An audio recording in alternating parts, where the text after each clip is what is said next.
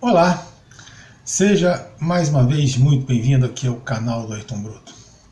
Hoje vamos falar sobre a segunda parte da guerra da Ucrânia que ficamos devendo.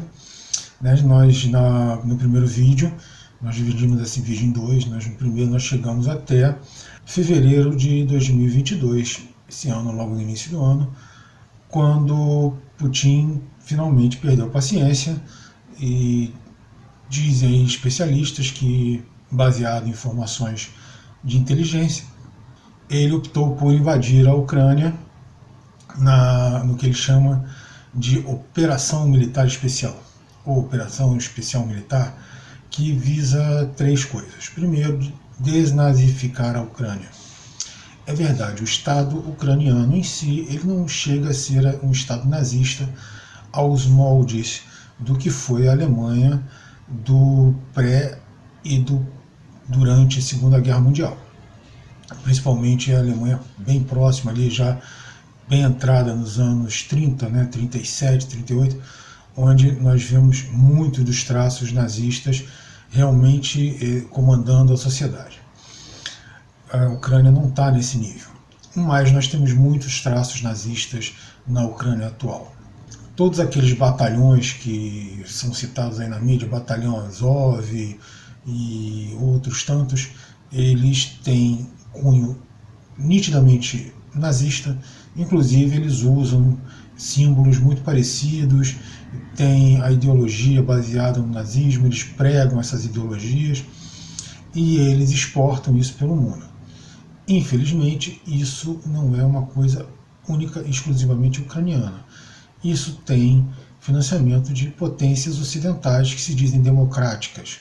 Por isso mesmo, eu questiono tanto essas democracias ocidentais que nós vemos propagadas na mídia, mas que nem mesmo dentro de suas fronteiras são aplicadas de forma correta como eles pregam.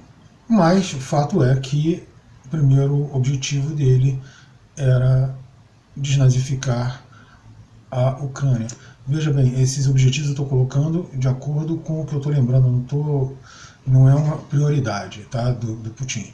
O segundo objetivo foi que as duas repúblicas ali do leste do Donbass, da região do Donbass, Lugansk e Lesinsk, elas solicitaram a independência. Elas tinham primeiro, que tinha sido inclusive acordado nos acordos de Minsk, um grau de autonomia, mas com os incessantes ataques ucranianos ao seu território e à sua população, inclusive população civil, que vitimaram ao menos 14 mil civis dessas regiões, todos praticamente de etnia russa, de origem russa, cidadãos russos. Então eles perderam a paciência e a segunda coisa é que eles pediram a independência geral. A Rússia reconheceu essa independência. Com esse reconhecimento eles solicitaram auxílio russo para a independência, para repelir o agressor ucraniano e para garantir a segurança da sua população. Como uma quantidade muito significativa das pessoas dessa região são russas, efetivamente são cidadãos russos, ou de etnia, com ligações muito fortes mesmo com a Rússia, Putin resolveu atender essa solicitação. O terceiro ponto, claro, é econômico.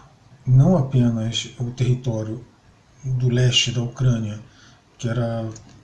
pegava ali aquela região do Donbass, é extremamente rico, então tem jazidas de gás, jazidas de carvão, e entre outras coisas, mas também é uma questão de um confronto Ocidente-Oriente.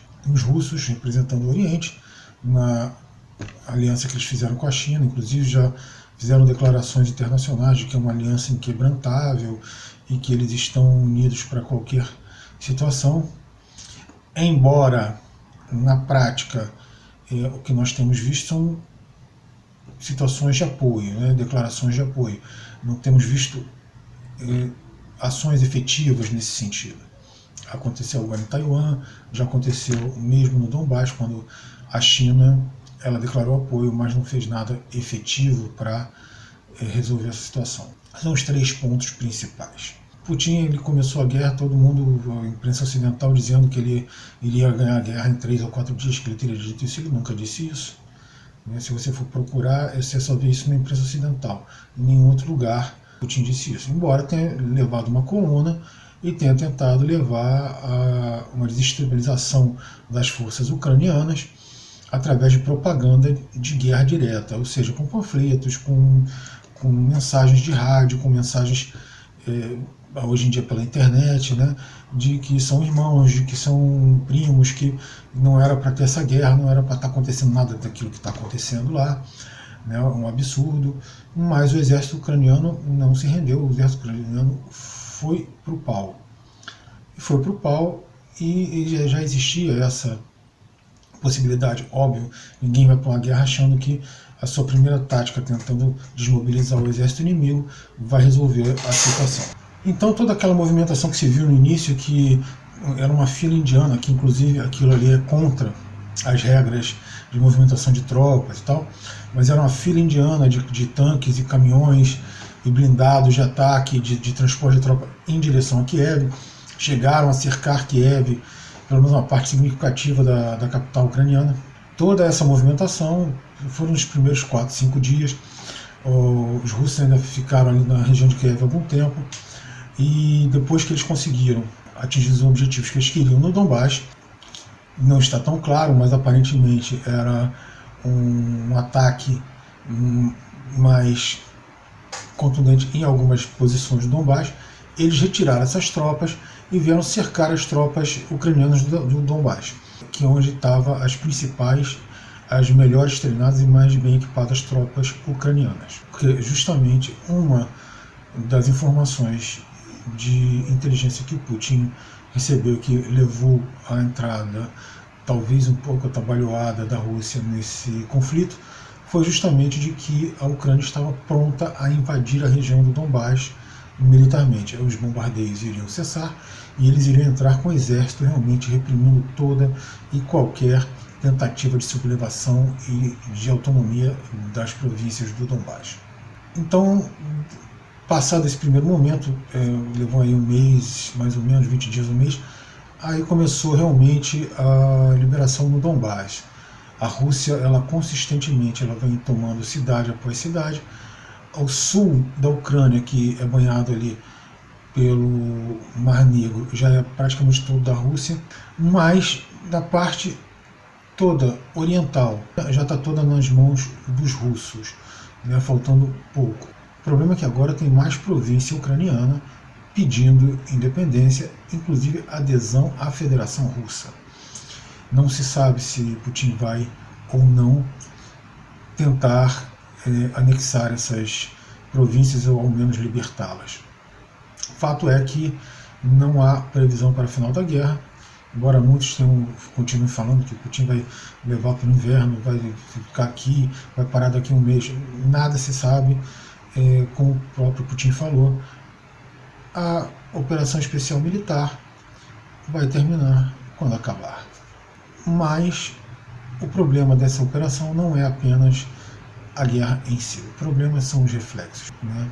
Todos dizem que são a favor da paz, mas a União Europeia e os Estados Unidos, principalmente, passaram o tempo todo fomentando, ou ao menos sendo irresponsavelmente omissos frente ao que acontecia na Ucrânia. Não só não se noticiava, as informações que vinham eram através da mídia alternativa, né, ou mesmo agora, depois de iniciado o conflito direto com a Rússia, fomentando com armas e com incentivos a parte ucraniana. Quem não quer guerra, não faz guerra, principalmente uma guerra que não se justifica por nenhum dos ângulos que se veja. O problema, mas a situação não é apenas do incentivo, o problema maior são as sanções russas. Eu já escrevi no blog dos mercantes e agora vou dizer aqui: a Rússia não é a Líbia, a Rússia não é a Venezuela, a Rússia não é o Iraque. A Rússia é uma potência realmente empoderada, tem estimado entre 6 e 7 mil ogivas nucleares, armamentos de ponta que não são comprados do exterior, são desenvolvidos pela própria indústria russa, pelos cientistas russos, além de terem uma série de outros implementos, tanto de recursos naturais quanto de recursos técnicos científicos. Uma indústria desenvolvida e uma população que está mais do que acostumada a viver em situações de guerra, em situações mais apertadas. Não apenas pelo clima russo, que é realmente rigoroso, mas pelas sucessivas guerras que a Rússia, ou a antiga União Soviética, tem travado durante... Se nós formos levar isso ao Império Russo, né, da época dos czares, isso aí vai a pelo menos uns 300 anos. Não foi uma potência estrangeira, nem duas que tentaram invadir o território russo, que tentaram minar o poderio russo. O Napoleão apareceu lá com 600 mil homens, era um absurdo de grande para a época, e foi dizimado. Ele entrou com 600 mil homens na Rússia, saiu com 30 mil, todos esfomeados.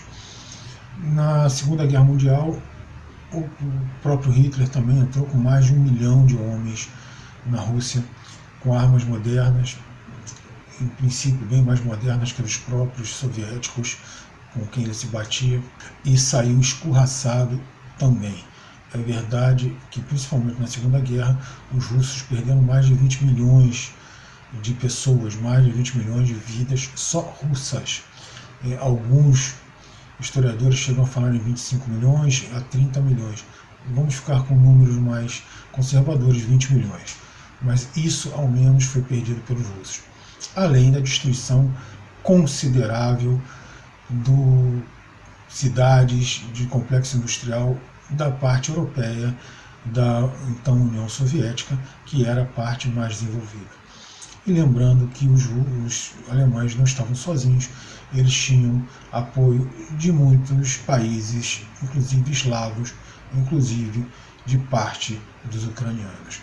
Esse mostra que essa questão não é apenas de agora. Aí você vê hoje em dia um país desse e a União Europeia resolve colocar sanções, os Estados Unidos também. Só que os Estados Unidos têm várias outras fontes onde eles podem se abastecer, inclusive o próprio território, já que eles têm petróleo, eles têm gás, inclusive, e querem mesmo exportar esse gás para a União Europeia num custo muito mais alto do que se fazia da Rússia para a União Europeia através do gasoduto Nord Stream. O Nord Stream 2, outro gasoduto que iria abastecer a União Europeia, já está pronto, mas devido à guerra a Alemanha recusou dar as autorizações para o uso desse gasoduto, e no fundo a União Europeia está se autossancionando. Assim que aqui países importantes da União Europeia já vem inflação, na verdade inflação em todo o território europeu, mas países importantes como a França, a Itália e a própria Alemanha vem inflação galopante que eles jamais pensaram em ver, e suas indústrias passam por problemas sérios, seus parques industriais passam por problemas sérios. O mais importante nesse caso é o da Alemanha, que corresponde mais ou menos a 38 a 40% do PIB industrial europeu, e que vê ao menos metade do seu parque industrial em risco com um eventual corte de gás, ou mesmo com o absurdo aumento que esse combustível teve nos últimos meses, porque inviabiliza economicamente a operação dessas fábricas, a produção dessas fábricas, porque torna muito caro o produto delas, e isso acaba não sendo comercialmente aproveitável, ou seja, não consegue concorrer com produtos de outras áreas do mundo, notadamente do Extremo Oriente. Então, a Ucrânia, nós estamos nesse pé hoje em dia, a Rússia avançando hoje, agora lenta, mas frequentemente ela não para de avançar, né? Os especialistas estimam que o exército ucraniano já foi destruído e remontado ao menos 2 vezes. Praticamente não existe mais oficiais e praças nas Forças Armadas ucranianas de carreira. A maioria ou são mercenários ou estão sendo convocados à força e colocados na frente de batalha para servirem de alvo à artilharia e à infantaria russa. É uma pena o que está acontecendo, uma lástima, é um grande desperdício de vidas humanas, mas infelizmente aqueles que se dizem a favor da paz absolutamente nada fazem por ela. É isso aí, pessoal. Valeu pela sua presença. Até o próximo vídeo.